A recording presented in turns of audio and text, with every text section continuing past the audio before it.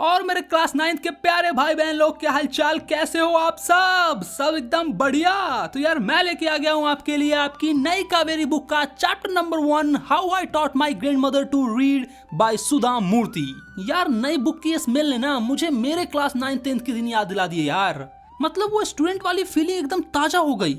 नई बुक की स्मेल किस किस को अच्छी लगती है नीचे कमेंट में जरूर मुझे बताओ। और रही बात आज की कहानी की, तो ये कहानी बहुत ज्यादा इमोशनल है और बहुत कुछ सिखाती है आपको। ये कहानी आपको बताती है कि सीखने की कोई उम्र नहीं होती है। आप जिस उम्र में चाहो उस उम्र में सीख सकते हो, बस आपके पास वो डेडिकेशन होना चाहिए, वो पैशन होना चाहिए, वो डिसिप्लिन होना चाहिए। तो अगर तुम्हें अभी तक कुछ नहीं आता है, तुम्हारे 8 तक बहुत ही अच्छे मार्क्स नहीं आते थे या फिर तुम्हें चीजें समझ में नहीं आती थी, तो कोई बात नहीं है। अब से तुम सीखना चालू कर दो और 9th 10th में तुम बहुत कुछ सीख जाओगे। पर्सनली अगर मैं अपनी बात करूँ ना, तो मैं भी क्लास 8 तक बहुत ही एवरेज स्टूडेंट था, लेकिन 9th 10th में आने के बाद मुझे मतलब पढ़ाई में मजा सा आने लगा यार। 8 तक ना ऐसा मजा नहीं आता था, बस ऐसा लगता था कि हाँ पढ़ रहे हैं। लेकिन 9th 10th में आने के बाद जो मजा आया ना, उसका क्या ही कहना। मुझे चीजें समझ में आने लगी, आसपास में जो चीजें हैं वो कैसे हो रही हैं ये समझ में आने लगी। तो इस चैप्टर को पढ़ाने का एक ही मकसद है कि अगर अभी तक तुमको कुछ भी नहीं आता था तो कोई बात नहीं है, अब से शुरुआत करो, जब जागे तभी सवेरा। क्योंकि हमारी ऑथर सुधा मूर्ति की दादी ने 62 साल की उम्र में पढ़ना सीखा था, तो तुम तो इस उम्र में सीख ही सकते हो। तो चलो आज की ये कहानी शुरू करते हैं। ऑथर बताती है कि जब मैं 12 साल की थी तब मैं नॉर्थ कर्नाटका के एक छोटे से गाँव में अपने दादा दादी के साथ रहती थी। उन दिनों ट्रांसपोर्टेशन की सुविधा उतनी सही नहीं थी।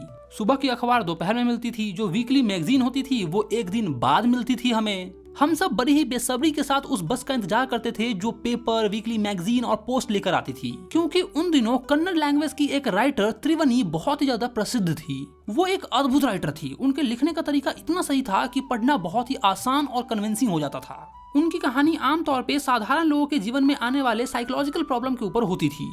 बड़ी ही मजेदार होती थी। अनफॉर्चुनेटली बहुत ही कम उम्र में उनका देहांत हो गया।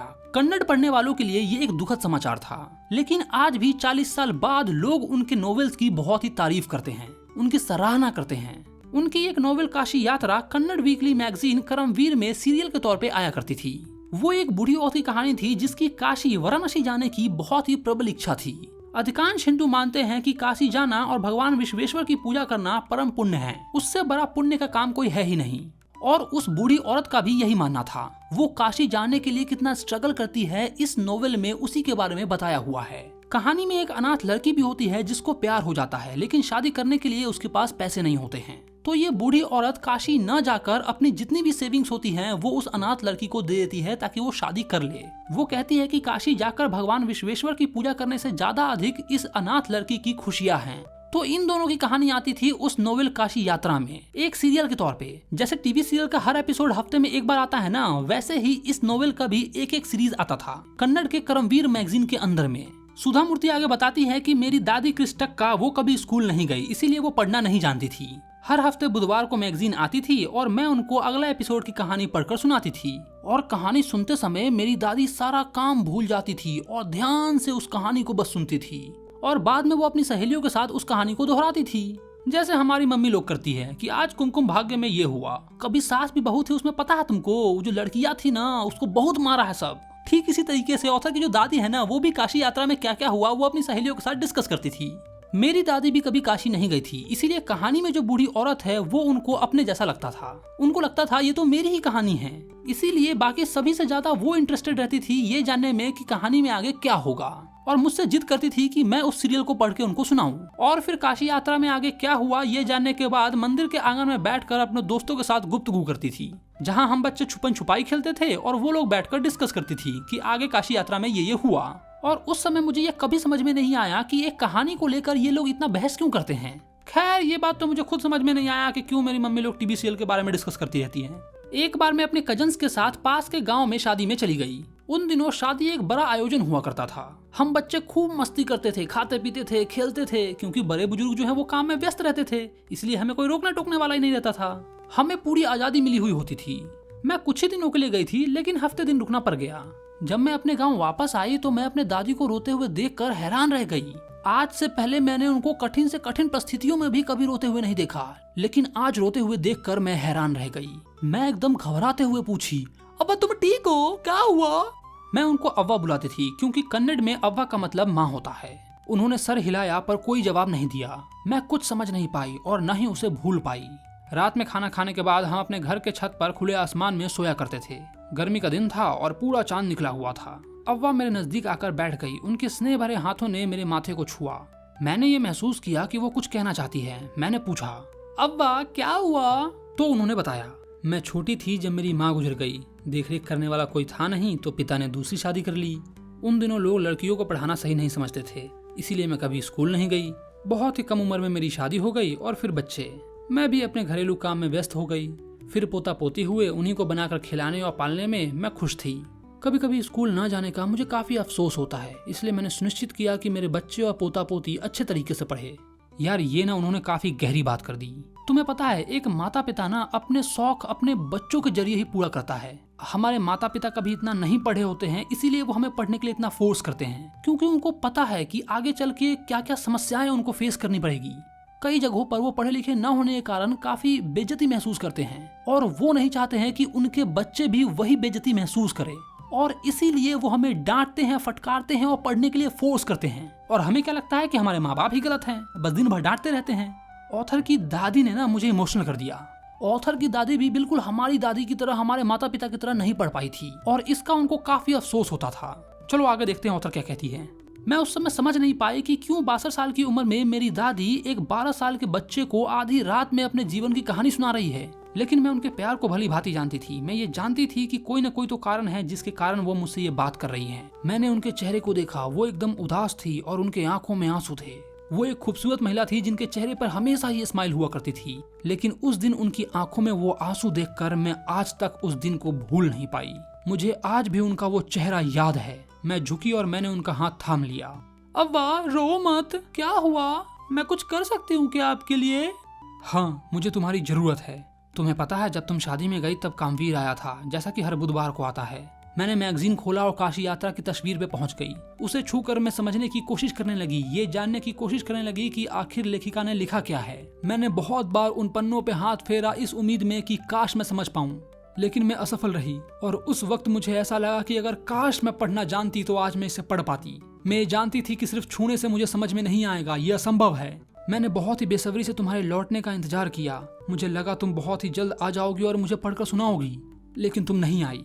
मैं गांव में किसी और को ये कह सकती थी कि मुझे पढ़कर सुना दो, लेकिन मुझे काफी बेइज्जती महसूस होती। मैंने ये महसूस किया कि मैं दूसरों पर निर्भर हूँ, मैं एकदम हेल्पलेस हूँ। हमारे पास अच्छे खासे पैसे हैं, लेकिन उन पैसों का क्या काम जब हम आत्मनिर्भर न हो, हम इंडिपेंडेंट न हो, हमें छोटी छोटी चीजों के लिए दूसरों पर निर्भर होना हो, तो उस पैसे का क्या काम? उस वक्त मुझे समझ नहीं आया कि मैं दादी के इन सवालों का जवाब क्या दूं। अव्वा बोलती रही, मैंने निश्चय किया है कि मैं कल से कन्नड़ अल्फाबेट सीखूंगी। मैं बहुत मेहनत करूंगी और सरस्वती पूजा तक पढ़ना सीख जाऊंगी। उस दिन मैं खुद से नॉवेल पढ़ूंगी और इंडिपेंडेंट हो जाऊंगी, आत्मनिर्भर हो जाऊंगी। मैंने उनके चेहरे पर वो विश्वास, वो संकल्प देखा, लेकिन फिर भी हंस पड़ी। अव्वा तुम 62 साल की हो और अल्फाबेट सीखोगी? तुम्हारे बाल पक गए हैं, तुम्हारे हाथों में झुर्रियां हो गई, तुम चश्मा लगाती और दिन भर किचन में काम करती और तुम अल्फाबेट सीखोगी? मैंने बचकाने अंदाज में उस बुढ़िया का मजाक उड़ाया, पर वो हंसी और कही, अगर आप किसी नेक काम के लिए दृढ़ निश्चयी होते हैं तो आप किसी भी बाधा को पार कर सकते हैं। मैं हर किसी से ज्यादा मेहनत करूंगी, लेकिन मैं इसे करके रहूंगी। सीखने की कोई उम्र सीमा नहीं होती। बिल्कुल सही भाई, सीखने की कोई उम्र नहीं होती है। अगले ही दिन मैंने अपना ट्यूशन स्टार्ट कर दिया। अब वह एक बहुत ही अच्छी स्टूडेंट थी। जितना होमवर्क वो करती थी वो वाकई काबिले तारीफ थी। वो पढ़ती, दोहराती, लिखती और सुनती। मैं उनकी इकलौती टीचर थी और वो मेरी पहली स्टूडेंट थी। तब मुझे जरा सा भी अंदाजा नहीं था कि एक दिन मैं कंप्यूटर साइंस की टीचर बनूंगी और सैकड़ों बच्चों को पढ़ाऊंगी। दशहरे का त्यौहार आ गया और चुपके से मैं काशी यात्रा की एक बुक लेकर आ गई, जो कि उस टाइम तक एक नोवेल के रूप में पब्लिश हो गई थी।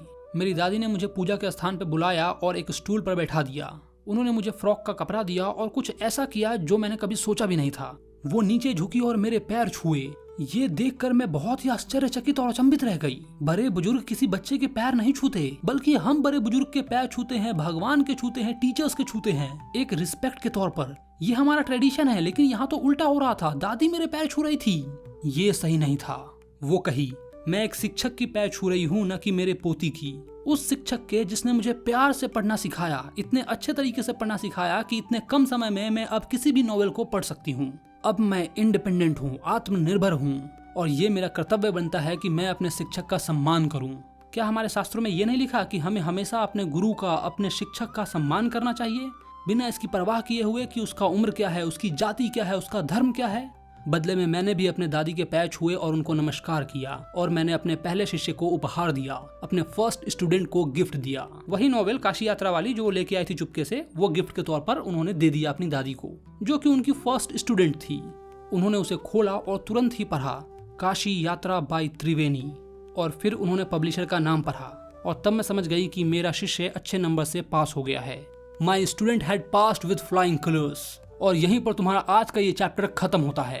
तो देखा आपने, सीखने की कोई उम्र नहीं होती है और न ही गुरु का उम्र देखा जाता है। टीचर चाहे छोटा हो, बड़ा हो या बराबरी का हो, उसका सम्मान करो, रिस्पेक्ट करो। और अगर कुछ ऐसा है जो तुमने अभी तक नहीं सीखा है और तुमको अभी तक लगता था कि यार मैं सीख नहीं पाऊंगा, तो अब सीखना शुरू कर दो। बाकी ये वीडियो तुमको कैसा लगा मुझे नीचे कमेंट में बताओ, और इसका MCQ बहुत ही जल्द हमारे एप्लीकेशन पे आ जाएगा। और अगर तुमने अपने भाई के चैनल को सब्सक्राइब नहीं किया तो क्या कर रहे हो भाई लोग, सब्सक्राइब कर लो, कहीं खो ना जाऊं। अभी तो पूरा साल है, फिर 10th क्लास भी है, तो सब्सक्राइब करके रख लो ताकि न्यू वीडियोस की नोटिफिकेशन तुम तक पहुंचती रहे। चलो तो मैं मिलता हूं तुमको नेक्स्ट वीडियो में। Bye bye, love you, take care.